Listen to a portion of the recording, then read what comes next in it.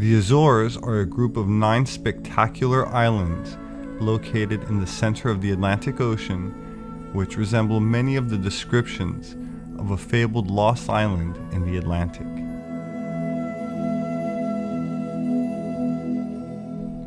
Terceira is one of the larger islands with a population of 56,000 inhabitants and is located in the historical capital of the archipelago, now a UNESCO heritage site. Many people are unaware that over 140 pyramids are currently being studied by archaeologists in the Madalena area of the Pico Islands of the Azores. Some of these structures reach about 13 meters, that's about 43 feet high, which is equivalent to a 4-story building, and they seem to be aligned deliberately. The landscape features a volcano, the Ponto de Pico, which is the highest mountain in the Azores and Portugal, and the highest elevation of the Mid-Atlantic Ridge. The pyramids, which are built with basalt volcanic rock in the middle of the Atlantic Ocean, may possibly predate the arrival of Portuguese or Spanish by many millennia. Discoveries so far have included hooks, metal spikes, bones, shells, weights for fishing nets, utensils made of basalt, coal fragments and pieces of pottery. And this is all in the first official archaeological surveys that are authorized by the Azores regional government to the pyramid structures of the island. So these pyramids are almost all concentrated in an area of 6 kilometers in the district of Magdalena near the west coast of the island, dominated by the highest mountain. And this is about 2,350 meters. So far, archaeologists are very enthusiastic about the deposits of ancient artifacts that they found, and it seems that these artifacts are definitely constructed much earlier than 1427, which is the date of the discovery of the Azores by the Portuguese. And according to Professor Nuno Ribeiro, an archaeologist who is performing surveys on the site, and I quote, "It's an archaeological complex that includes organized pyramidal buildings that create a large square. This organization of space cannot be explained simply by the clearing of the land for agricultural purposes, so it would have required great planning and involved collective labor and several years to build." Ribeiro goes on to add, and I quote, "More amazing is the fact that these structures satisfy the same guidelines of other pyramids around the world, with apparent astronomical motivations also suggesting burial rituals," end quote. Romeo Hristov, an archaeologist at the University of Texas at Austin, Texas, had visited the Pico pyramids with the following observation, and I quote, "The structures of Pico are very perfect, imply a huge amount of work that is justified not only by the needs of agriculture, but there's a strict astronomical orientation and access ramps associated with the concept of the sacred structure stairs," end quote. The Department of Archaeoastronomy did some geomapping and concluded that most of the pyramids are oriented towards the southeast and northwest.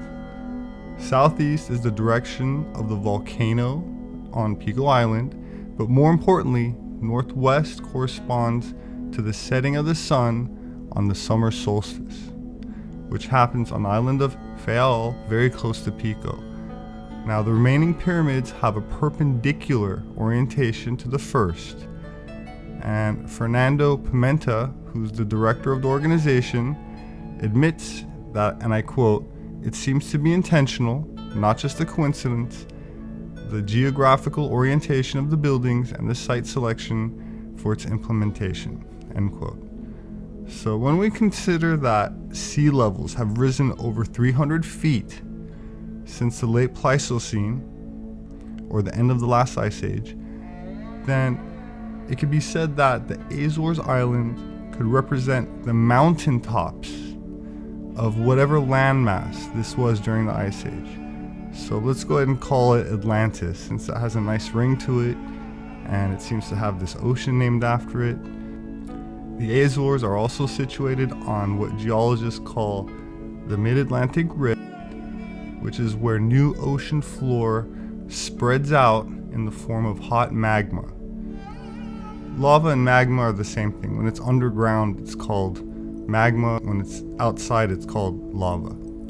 And this is also where two massive tectonic plates meet. So, in other words, we should also take into account that in addition to rising sea levels, there's an actual rising and lowering of these plates at this point in conjunction with the perpetual volcanic activity that is relatively normal in this area.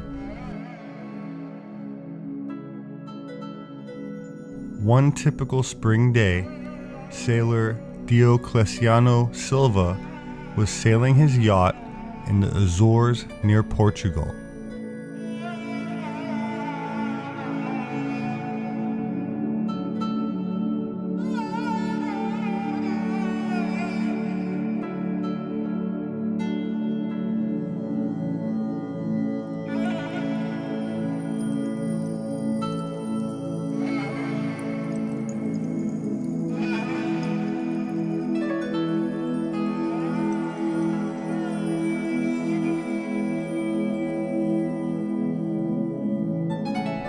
He was startled to find that his GPS equipment was picking up something unusual. It registered a large, perfectly square object below, very unusual indeed. Whatever this thing was, it had the surprisingly similar geometric resemblance to a pyramid, but was submerged 40 meters off the coast of Terceira. Estimated at 60 meters tall and symmetrically even, the Global Positioning Satellite Imaging recorded that the structure was not only in the shape of a pyramid, but apparently oriented by the cardinal points.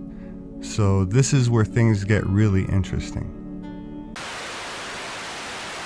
40 meters under the water, in between the third island and St. Michael's. The base is higher than a football field. The pyramid was detected by the sailor here mentioned. He mentions that it's very impressive due to its form and its orientation. I mean, the vertices are all north and south, so they're literally, correctly, geometrically, literally speaking. His longest experience in the sea never had brought such an impressive discovery, and he found this out 5 months ago when he was looking for new spots for fishing. So this has always been a mystery between South Africa and the Spanish Canary Islands and the Azores. So yeah, by the precision of the lines, this sailor really has the belief that this has an ancient origin. And yeah, since decades that people are searching where this stuff were. And I don't know how to say this really, but there was always expeditions from South Spain in looking of these islands. But yeah, in resume what this is telling, he's just telling the stories of the searches over the years and how nobody ever said anything else. Like a lot of rumors on the internet, which everybody knows, like the story in BBC years ago, and other stuff, you know, because there's been quite some interesting facts.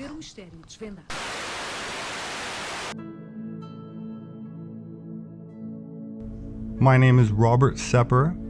I'm an author and anthropologist and would like to invite you to join me in awakening from a long amnesia.